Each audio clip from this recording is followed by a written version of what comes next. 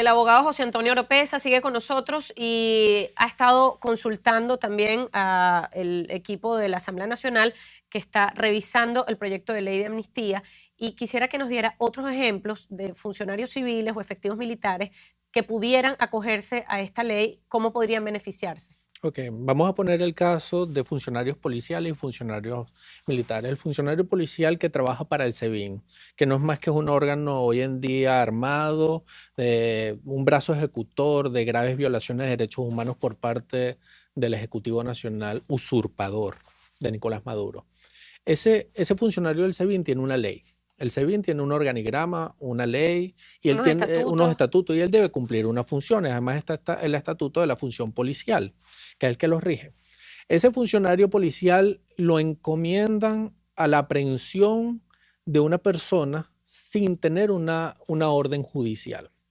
Si ese funcionario policial se pone a derecho en el marco del artículo 350 de la Constitución, que dice el cese de la usurpación, nosotros hago una resistencia pacífica, desconozco cualquier autoridad usurpadora, cualquier violación, no voy a ser objeto o no voy a perseguir a este ciudadano, no voy a realizar esta orden de cateo, no voy a realizar esta orden de aprehensión, porque no pasa por un control judicial, no hay una orden judicial de aprehensión.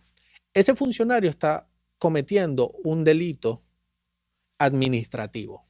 Ese funcionario puede ser amnistiable. En el momento en que cometa el delito, muy posiblemente va a ser objeto de una persecución por parte del Estado, porque todo el mundo que esté en contra del presidente usurpador está en contra del Estado, o sea, está en contra de sus políticas y va a ser objeto de persecución, pero sus delitos van a ser amnistiables.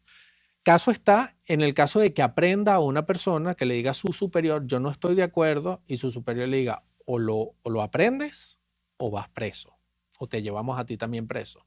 Esa persona va a aprender al sujeto A, pero también sus delitos por la aprehensión flagrante y violatoria de los derechos humanos va a ser objeto de que sus delitos no sean sancionables a la luz del ordenamiento jurídico, a la luz del derecho positivo venezolano. ¿Y cómo se demuestra que yo, en el cargo de mis funciones, estaba siendo obligado a cometer un delito con el que no estaba de acuerdo y que lo hice por miedo, que lo hice por coacción? Simplemente dentro del marco de la justicia, de la ley de amnistía, que es una justicia especial, tiene que haber una demarcación de los delitos. En el caso de la deserción militar, estos funcionarios que pasaron al territorio colombiano, como el segundo ejemplo importante, cometieron un delito de deserción. Estos delitos, todas aquellas militares que decidan ponerse del lado correcto de la Constitución, que entiendan que el único comandante en jefe es el presidente encargado, Juan Guaidó, quien sigue siendo presidente de la Asamblea y tiene las competencias del Ejecutivo Nacional, realmente van a poder ser amnistiables de todos sus delitos. ¿Cómo pueden serlo? Con una declaración jurada. La declaración jurada solo se basa con dos testigos, hacen una declaración jurada, le envían a la Asamblea Nacional. Hay que crear un marco metodológico para poder recabar todas las pruebas, para poder hacer uso de buen recaudo de ellas y de la examinación, hacer una verificación del examen físico y forense de las mismas y de la viabilidad y de la veracidad de las mismas para poder hacer entrega de la amnistía. Porque la amnistía no es la ley, pero la entrega de la amnistía es la facultad que tiene la ley de dar el perdón por diferentes delitos una vez que han pasado por un control de examinación forense. Ahora, diferentes delitos y en un tiempo determinado. Que sería bueno explicar entonces cuándo comienza y cuándo termina y por qué termina cuando se supone que va a terminar. Ok, empieza desde 1999, que es con el gobierno del presidente Chávez. Recordemos que allí empezaron una violación sistemática de derechos humanos en escalada y termina en el momento de la promulgación de la ley, porque se entiende que es el mismo momento en que es el cese de la usurpación. ¿Por qué es el cese de la usurpación?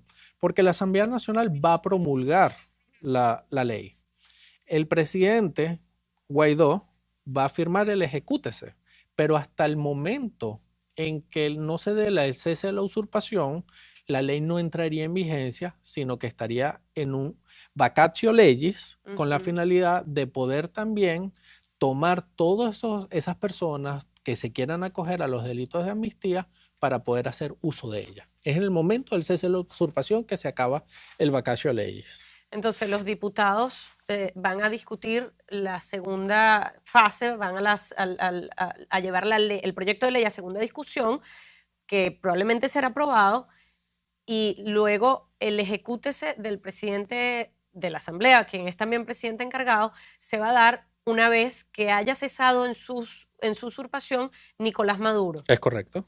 Para garantizar que aquellos delitos que se puedan cometer y que puedan ser amnistiables tengan cobertura, no sé si es el término, cobertura, tengan cobertura, una cobertura total en el periodo de la dictadura. De la ¿no? dictadura. Porque no sería retroactivo. Es decir, si fuera aprobada el día de hoy, que mucha gente dice, pero ¿por qué no se ha aprobado? Si fuera aprobada el día de hoy, estos funcionarios civiles o efectivos militares que pudieran ser amnistiables después de la aprobación de esa ley no quedarían cubiertos porque no es retroactiva.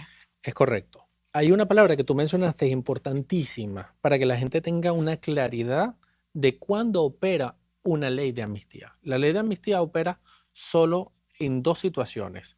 La primera es la salida de un gobierno, de una tiranía hacia una democracia, o con el cese de un conflicto bélico en la nación hacia la democracia. Solo opera la amnistía para delitos que han surgido dentro de una dictadura o dentro de un conflicto de carácter bélico nacional o internacional. Bien, con eso me quedo y le agradezco el tiempo de haber estado acá en el estudio. Muchísimas gracias. Y a ustedes que se queden conectados a través de nuestras redes sociales para hablar acerca de los próximos códigos que descifraremos durante esta semana. Soy Mariana Reyes, ha sido un placer. Esto es Código 58 por TV Venezuela.